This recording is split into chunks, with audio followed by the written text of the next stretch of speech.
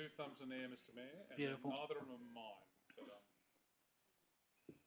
you're drawing the gavel close. Leon, are we ready? You were counting down for the last 40 seconds. Houston, we'll go for launch. T-minus 30 and counting.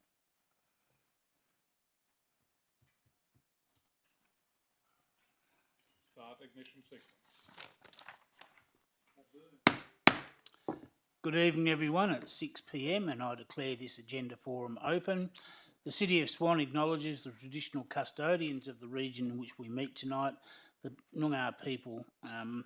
We pay their respects to their connection to the land, waters, their culture and community, and pay respects to their elders past, present and their descendants. Item 2 is the disclaimer.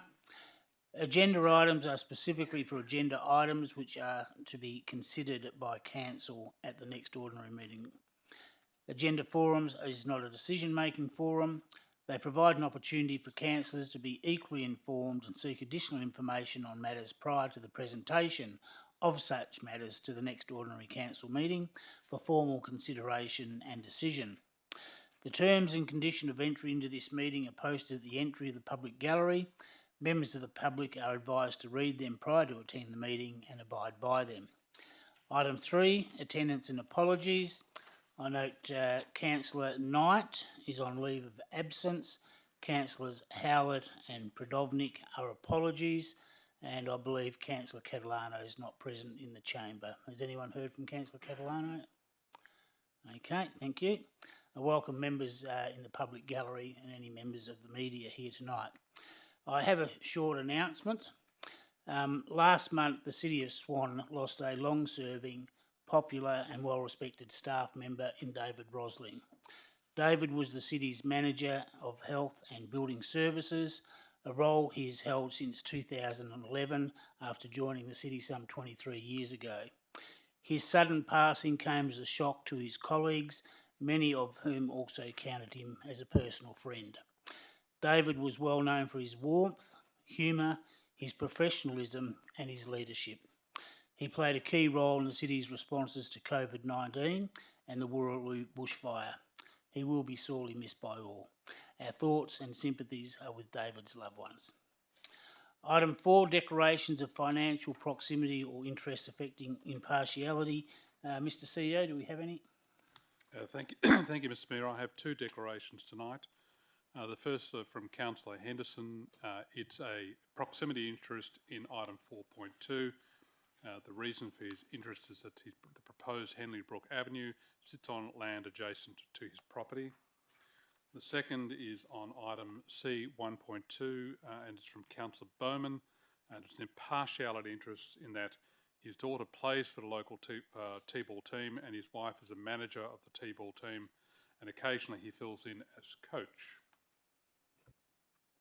Thank you. I'll ask, are there any others, councillors or staff? Then thank you. That takes us to item 5, public question times, questions relating to reports contained in the agenda. And 5.1, questions of which were taken on notice, there were nil. 5.2, questions without notice, there were nil. Takes us on to item 6, reports and notices of motion. Item 6.1, you'll note there's some additional information from the officers on item 5.1, the Aquatic Strategy Review, and the difference is highlighted in part 4 in red, and that will form part of the agenda for next week.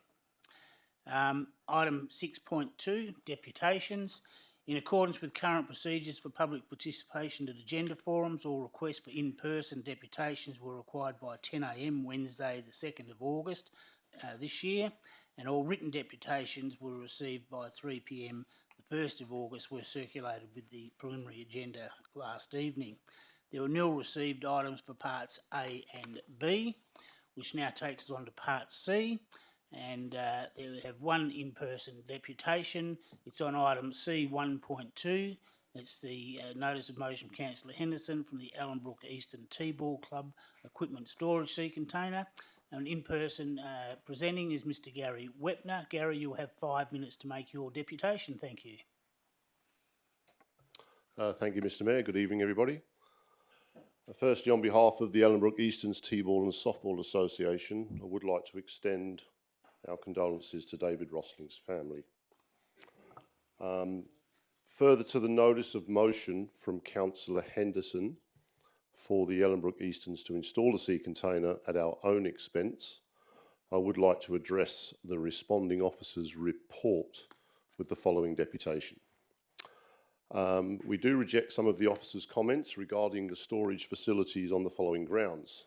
The officer refers to Swan District's T-Ball Association being located at Ron Josie Oval and only having a little storeroom for storage. This has only occurred in the last year or so, as their original location was at North Swan Park, where they enjoyed the availability of 3 6-metre containers, which still remain on site and are now being used by the Swan District's Baseball Club, as previously advised to Council.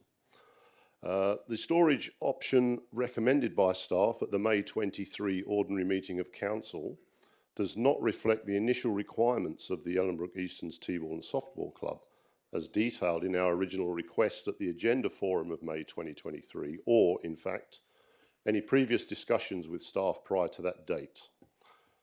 Ellenbrook Easterns disagrees with the officer's comments that the Swan Valley Little Athletics Club requirements are inherently more extensive than those required by our club. President of Little Athletics, Paul Murphy, has confirmed that their requirements are very similar. Large, heavy gear that requires mobilisation down onto the oval from their storage facility, being the containers. They too move their equipment around on trailers that are stored inside the 2C containers that were provided to them by City of Swan. The officer refers to tie-downs being required to secure a sea container. I'm not sure if the officer's checked, but I have, and a 2.2 tonne 6-metre container, I believe is self-securing and fairly safe to be situated on the ground. In addition to T-Ball, our men's softball division, now comprising 42 members, has developed quite rapidly, and it has become necessary for that part of the club to provide a mobile home run fence. This runs at the back of the softball ground, and this is to be placed on the oval on game days. This will consist of a 120-metre length of fencing, which will be made up of 54 2.2-metre panels, similar to crowd control panels. These are seen at a lot of other softball venues. These require storage on a trailer, which would also be kept inside the requested sea container. So similar to the 2C containers on site that are enjoyed by the Swan Valley Little Athletics Club, and the fact that Swan District's baseball still have 3 sea containers at North Swan Park, all belonging to the City of Swan, I would request that the City of Swan reconsiders funding for such an installation. We are currently compiling a petition for presentation, and it is only our winter softball season at the moment, so we currently have around about 110 signatures from members and supporters. When the T-Ball starts in October, we do expect an additional 400 to 500 signatures from parents and guardians of our junior members. So once again, I urge Council to please reconsider our request for the sea container storage facility, as it is an essential requirement for the growth and prosperity of our club. I thank you, Mr Mayor. Thank you, Mr Wepner. Any questions, councillors? Councillor Henderson. Thank you, Mayor. Gary, thanks very much for coming in. The storage requirements are a bit more than the sea container, though, aren't they? I think there's the storage of your materials that are like woolen and clothing materials. They'd be stored in the main building. Is that Yes, right? we have merchandise that we sell. We have a lot of canteen stock as well, which we keep on site, and a lot of that at the moment is stored in a temporary storage facility in the pavilion. I think it's actually the umpire's change room that we're busy using at the moment. Council's already refused the crazy amount of $30,000 to put a sea container down there. and you're asking that that be reconsidered. Given that the council said no first time around, that's why this motion is up. So would you be happy to, go, if we can get this passed, to go with this as opposed to the council putting it in? Oh, look, once again, if council rejects the funding for the installation, then we would certainly look at doing that ourselves, yes. Any other questions, councillors? Then thank you, Gary, for your attendance and answering those questions. Question, Mr. Mayor. There's one other person Councillor in the. Johnson. Thank you, Mr. Mayor. There's one other person in the public gallery. That's Ms. Amanda Dawn, and I know she'd like to give a deputation. And as we've only had one deputation tonight, it would not extend the meeting terribly to hear one more. Well, hasn't complied with the meeting procedures local law, but it's your meeting, councillors. If you move that way, get a seconder and a majority of councillors concur, then I'm happy to accept it. I won't make that decision and breach our policy. So move Councillor Johnson. Do I have a seconder? Councillor Richardson. Those in favour? I have 2. Those against? I have Councillor Jones, Councillor Bowman, Councillor Singh, Councillor Congdon, myself, Councillor Parry, Councillor Zanino, Councillor Henderson and Councillor McCulloch. The motion is lost. Thank you. That takes us to the next item, councillors, item 6.3, councillor questions in regard to other items. Councillor Bowman, you have a question? Mr. Mayor, at what point would you like me to present the petition since we're in the transitional period? Yes, I will seek some guidance from the governance officer. We are in a transitional period and I believe we have to suspend our meeting procedures local law, but I'll get advice from Ms Hodgkin. Through you, Mayor, that's correct. So in order, because we are in this transitional period where tonight the old meeting procedures local law apply, and then from next Tuesday the new meeting procedures local law, I think my recommendation is that we treat it as a transitional period and that we suspend the standing order for petitions for 2.5 and allow the petition to be presented tonight. You're moving that way, Councillor Congdon. You're seconding Councillor Jones? Question. Yes, Councillor Johnson. Do the meeting procedures local law apply at agenda forums? They certainly do. They do. Councillor Bowman, you have a petition you wish to present? I'll ask if there's any objection to the presentation of the petition moved by Councillor Congdon, seconded by Councillor Jones. Is there anyone against? Being no one against, please proceed, Councillor Bowman. Thank you, Mr. Mayor, and it's following on from Mr. Wepner's presentation. We, the undersigned, all being elected as the City of Swan, request the Council to reconsider the request by Ellenbrook Easton's T-Ball and Softball Club for the installation of a sea container for equipment storage at Coolamon Oval, signed by 105 people, but as pointed out, it's only the softball members, men's softball, have signed it at this point in time. Thank you. If you can present that to staff, and I'll need a motion, councillors, to receive that petition, have it forwarded to the CEO for investigation response. So you're moving that way, Councillor Parry. You're second at Councillor Richardson. I'll ask, is there anyone against? Well, let's deal with the motion first. No one against. That motion was carried unanimously. You have a question, Councillor Henderson. Can I be clear, was it for the city to reconsider and for the city to spend the $30,000 to do it, or is it for the motion that's been put up? If you've got it there, Mr. CEO, could you read out the header, please? Thank you. The header reads, to reconsider the request for Ellenbrook Easton's and T-Ball Softball Club for the installation of a sea container for appropriate equipment at Coolamon Oval.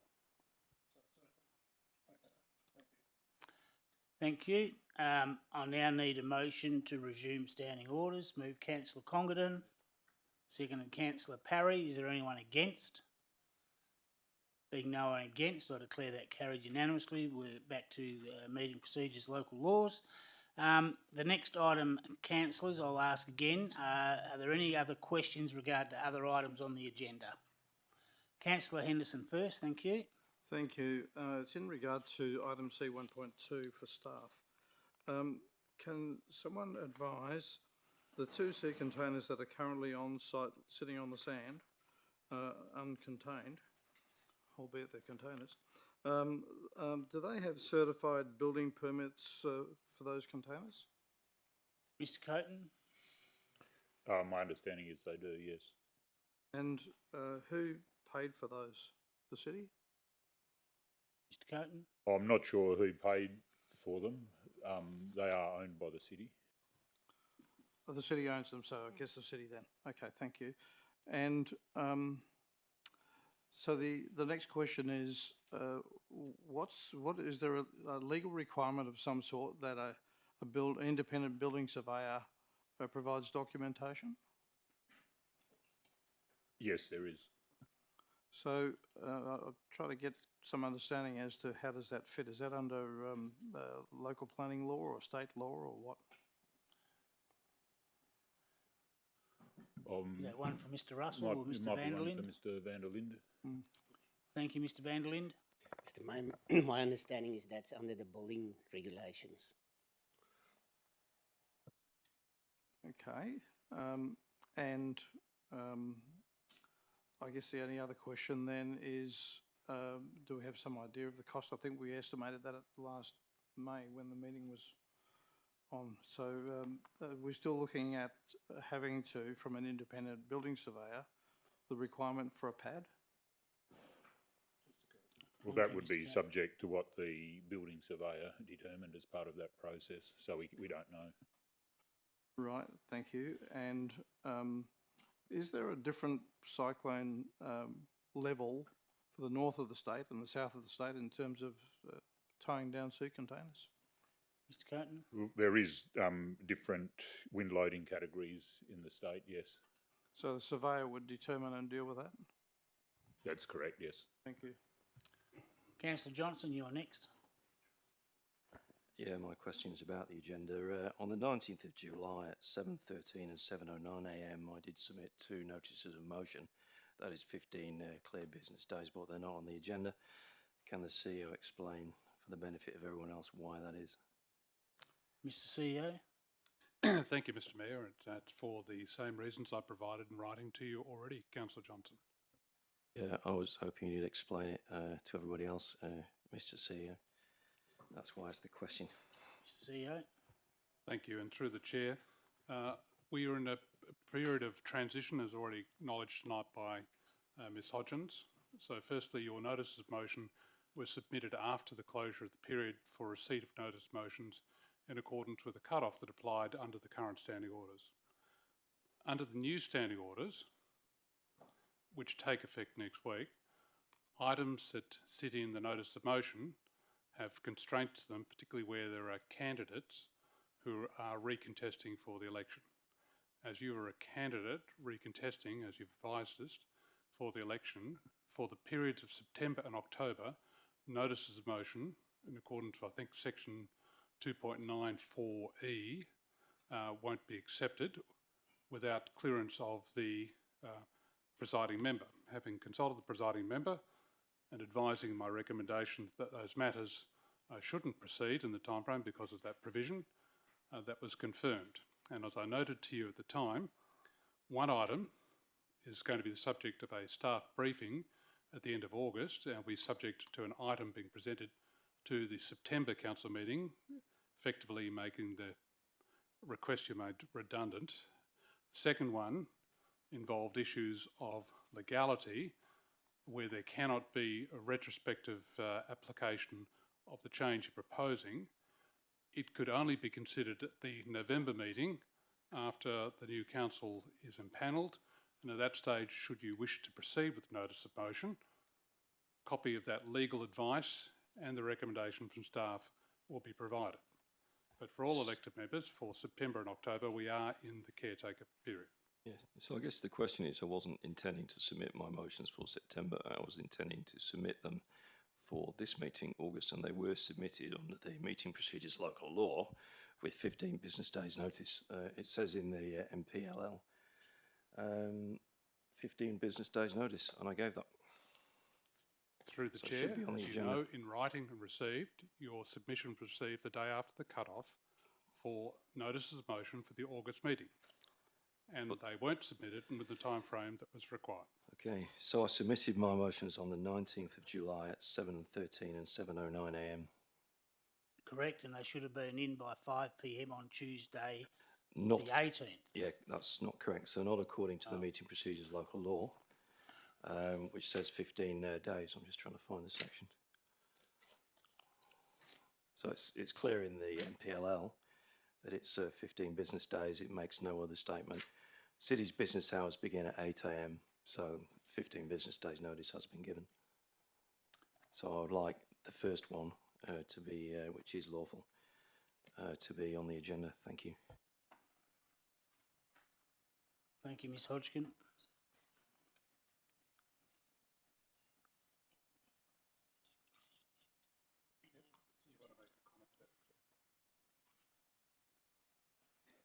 Ms Hodgins will address Mr Mayor. Thank you. Through you, Mayor.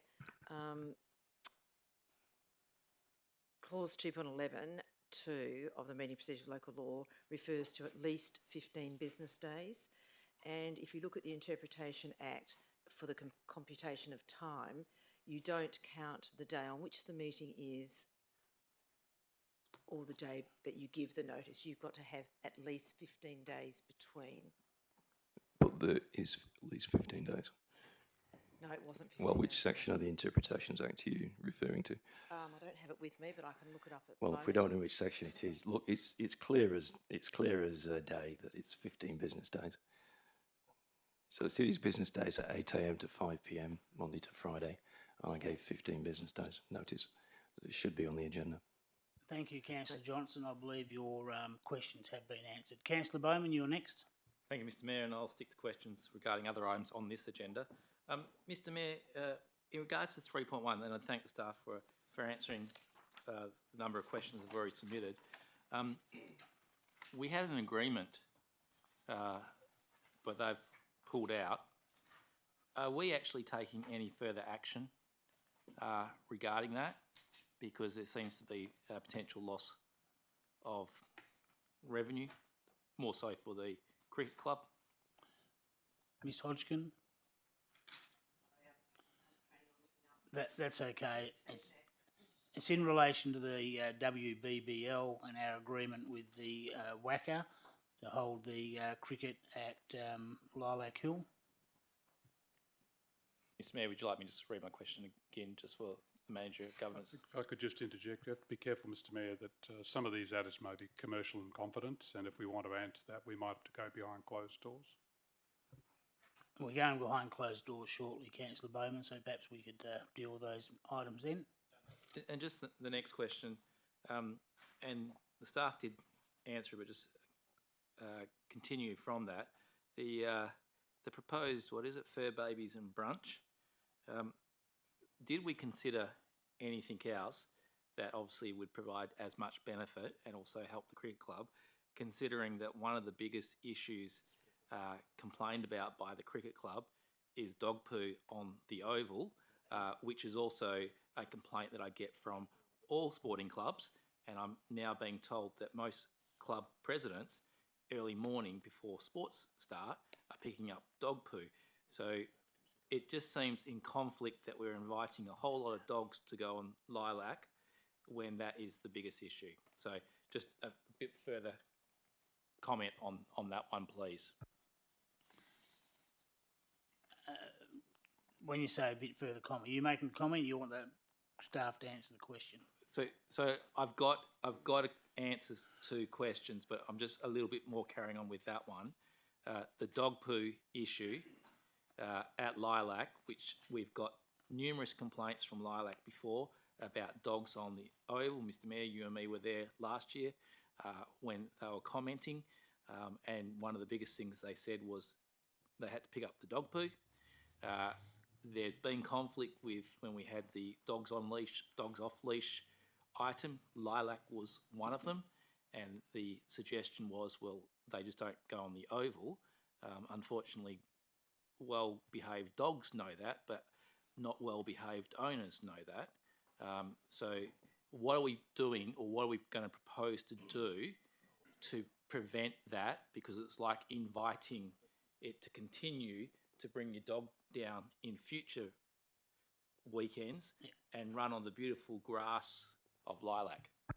Thank you. The CEO will respond, but just before he does, I had the same concerns when I read that agenda item, having previous complaints from the Midland Guildford Cricket Club about the mess that dogs make there, and their request to try and help them fund permanent fencing there, carnival fencing to keep dogs off the cricket wicket area. And I've been advised that staff work with the Midland Cricket Club committee for a once-off event, and they are in agreement to that, which surprised me because of the previous issues, but I'll hand over the CEO to continue. Thank you. Thank you, Mr Mayor. And if you look at the consultation section on page 45 of the agenda, you will note the event has been designed in consultation with the cricket club, so they're quite aware of the type of event that would occur, that there are protective measures in place to protect the critical areas around the pitch and the turf. But we saw this more as an opportunity to actually promote good dog ownership and use of the facilities, so the opportunity to put in place on the day the types of activities to stop people actually coming along and having the dogs foul the area. Ms Pickering might want to speak a bit more about that, Mr Mayor. Thank you, and through you, Thank Mr you. Mayor. Yes, that's correct. The Midland Guildford Cricket Club actually felt that it was a good opportunity to demonstrate to dog owners that they can actually enjoy Lilac Hill and the space around Lilac Hill. They're not anti-dog, they're just anti-dog on their oval, as everybody has pointed out. So they actually thought it was a good education opportunity, and also on the day that the oval will be protected with fencing. Thank you. Councillor Henderson. In regard to the same point. Sorry, Councillor Henderson. Councillor Bowman, you got a further question? So just the follow-up question, will we have a presence in numbers of rangers at this event for those small percentage of people that do the wrong thing at all our ovals? Thank you. Mr Stenton? Through you, Mr Mayor, yes, there will be rangers in attendance as well. But just to reiterate, certainly Lilac Hill has been an area over the years where dog management has been an issue, and there are still plans to do further community engagement around the use of that oval and parts which are dog prohibited, as in the main cricket oval, and parts that won't be. So there is an opportunity within this event as well to use that as an opportunity to both educate but also get some engagement and feedback from community in terms of the longer term management of dogs in that area. Finish, Councillor Bowman. Thank you. Councillor Henderson? Thank you, Mayor. The question that I've got is, council agreed to spend the money on the cricket. How is it that we have a dog or a fur baby event that we didn't have a say in what we might do with the $65,000? Ms Pickering, thank you. Thank you. We needed to act fairly quickly on this one. The WACA didn't give us a lot of notice that they weren't proceeding with the event. So we've put this report up as an opportunity to still hold an event that the Midland Guildford Cricket Club can benefit from, and also the community can benefit from. But it's certainly council's prerogative to reallocate that funding through the council process, through the council meeting process. Mayor, I'm very disappointed that we didn't go down a path of looking at other alternatives, and there would be many, I'm sure. So we'll see what council says next week. Thank you. Councillor Richardson. Oh, thank you, Mr Mayor. Just a question to staff. How much notice are we talking? When do we actually find out that this funding wasn't being put up? Between when we found out it wasn't being put up and when this proposal was written up? Ms Pickering? Excuse me, I'm just, sorry, through you, Mr Mayor, I'm just looking through my notes.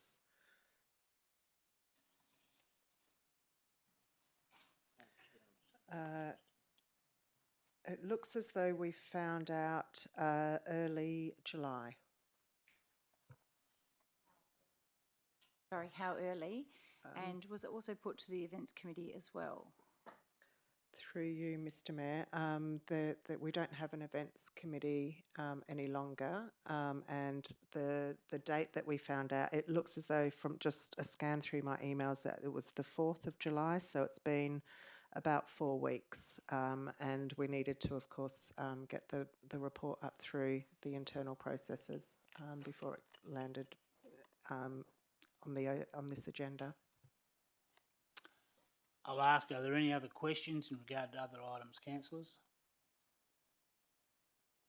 Being no further questions, we have got a confidential update on one of the items in the confidential agenda. So I'll need a motion to go behind closed doors. You're moving that way, Councillor Parry, seconded Councillor McCulloch. Is there anyone against? Being no one against, I declare that carried unanimously.